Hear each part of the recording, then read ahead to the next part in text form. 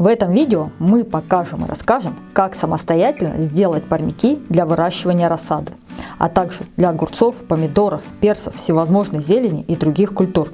Если захотите, можете хоть кучу кирпичей в таком парнике от дождя прятать. Начинаем с разрезания рукава полиэтиленовой пленки вдоль одного края. Быстрее всего эту операцию сделать с помощником. Но если помощник окажется слишком несговорчивым, можно справиться и в одиночку. У новой пленки слои рукава изначально прилипшие друг к другу, поэтому мы аккуратно отделяем слои полиэтилена друг от друга, чтобы было удобнее работать.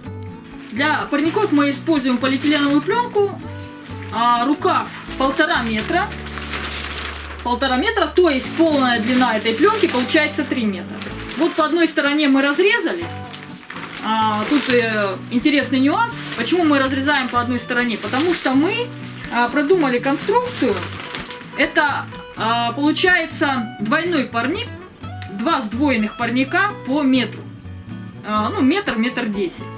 Вот. Если вам не нужна такая конструкция, вы хотите сделать одинарный парник, то разрезайте, соответственно, по 2 сторонам парник, то есть пленку.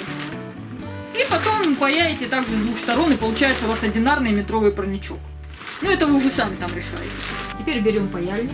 Жало на паяльнике слегка закругленное. Закруглить края у жала можно с помощью надфиля или напильника. Толщина жала 8 мм.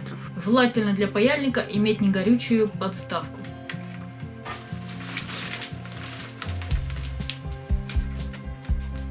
Так, что-то я долго выпустил.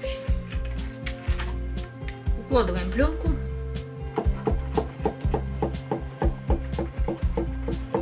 Когда край пропаян, уже второй участок легче укладывать, выравнивать и начинаем пайку.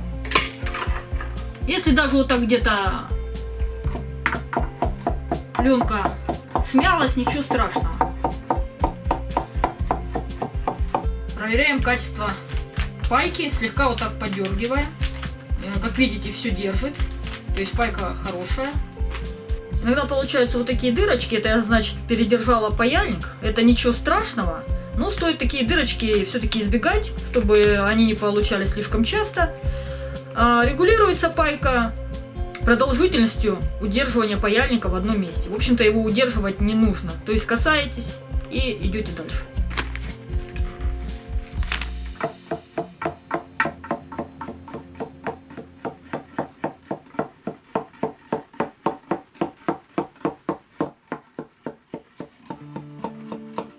Кстати, паяю сегодня длинный парник, нам такой не нужен.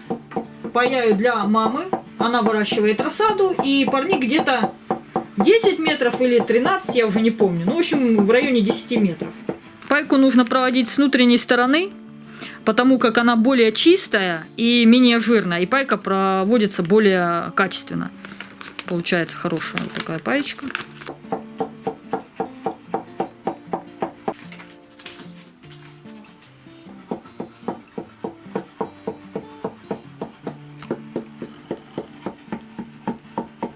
Показываем, как померить легко и просто длинный парник, если вам это нужно. Отмеряем метр. Все, убираем. Тут не явно купить нужно. И теперь просто считаем метр. 2.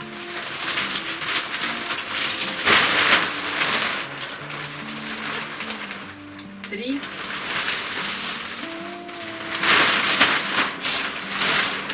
4, 11, 12. Собственно говоря, столько и покупали. Для чего мы измерили это? Чтобы потом не запутаться. Если разной длины парники, сейчас мы подпишем.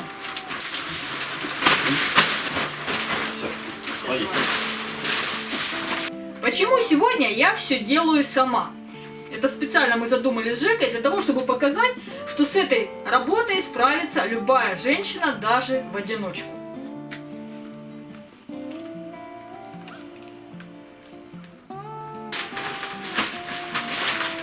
Для тех, кого напугала вот эта наша большая конструкция для пайки парников, кто не чувствует в себе силы сделать подобную конструкцию, я предложу другой вариант, более простой, доступный. Это можно взять более простые, доступные вещи. И сейчас я на пальцах вам покажу, как из всего этого сделать приспособление для пайки парников. Берете любую доску, толстую достаточно. А в нашем случае это старая картина. И, собственно говоря, эта картина раньше использовалась для пайки. Просто потом мы поняли, что это нерационально такую небольшую картину использовать для пайки. И сделали более разумное приспособление. Вот. На этой картине, вот она тут осталась, есть разметка. То есть делайте разметку, какой ширины у вас должен бортик быть. Берете тоже, опять же, деревянную простую линейку.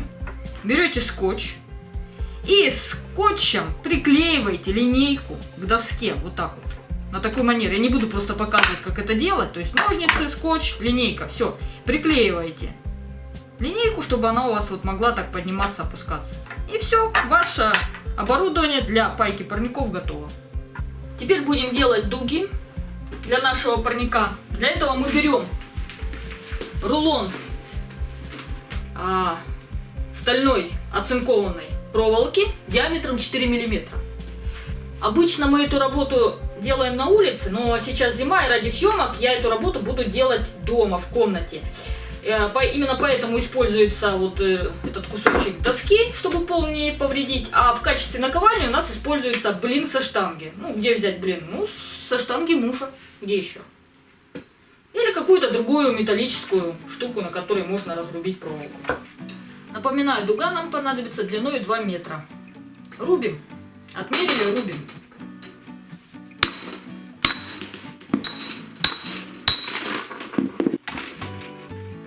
На самом деле дуги у нас уже готовы. Пленка 12 метров. Рабочая длина парника двойного 11 метров. Дуги ставятся через метр. Поэтому на двойной парник понадобится 24 дуги. Для бортов подходит более тонкая проволока, та же оцинковка, только диаметром 3 мм. Теперь нам нужно загнуть один край бортовой проволоки. Буду я это делать шляпором. Можно взять любую другую трубку, но у меня шляпор. Вставляем и аккуратненько так пойдем проволоку.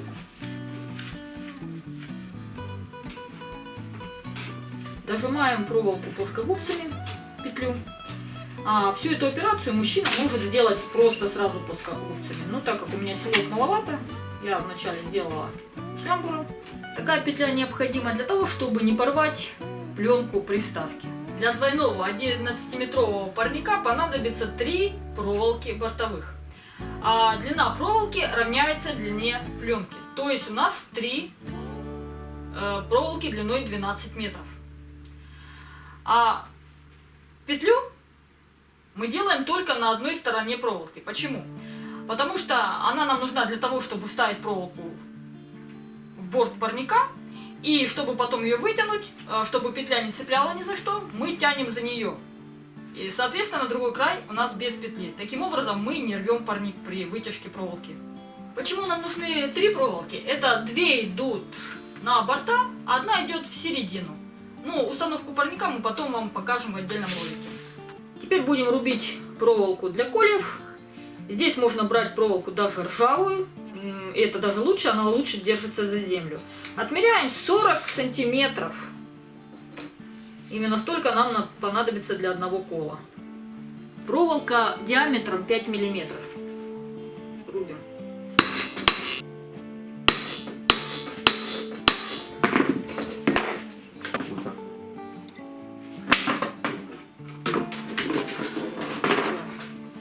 Теперь загибаем один край кола все тем же шляпором. Вот таким образом.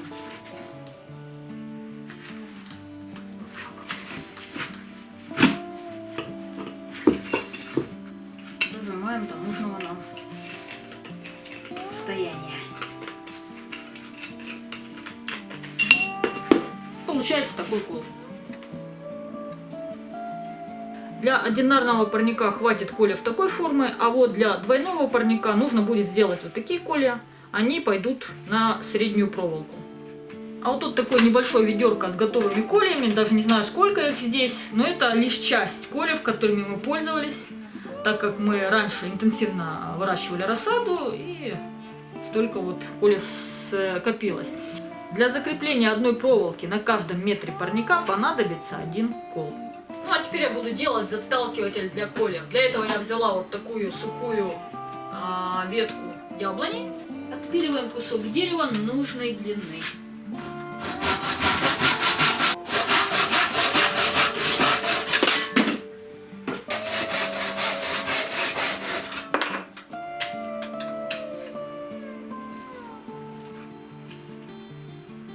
Вот что получилось. Готовый вариант. Такая выемка небольшая. Вталкиватель. Слегка обточим эту штуку, чтобы ручкам было приятнее браться. Все лишнее обточила. Получился такой закругленный красивый край. Здесь выемка для вталкивания кольев. А теперь я буду делать выдергиватели для кольев.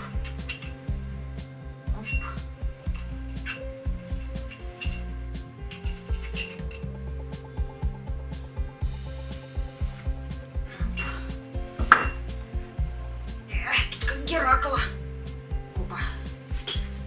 Оп. Получился простенький выдергиватель для кольев.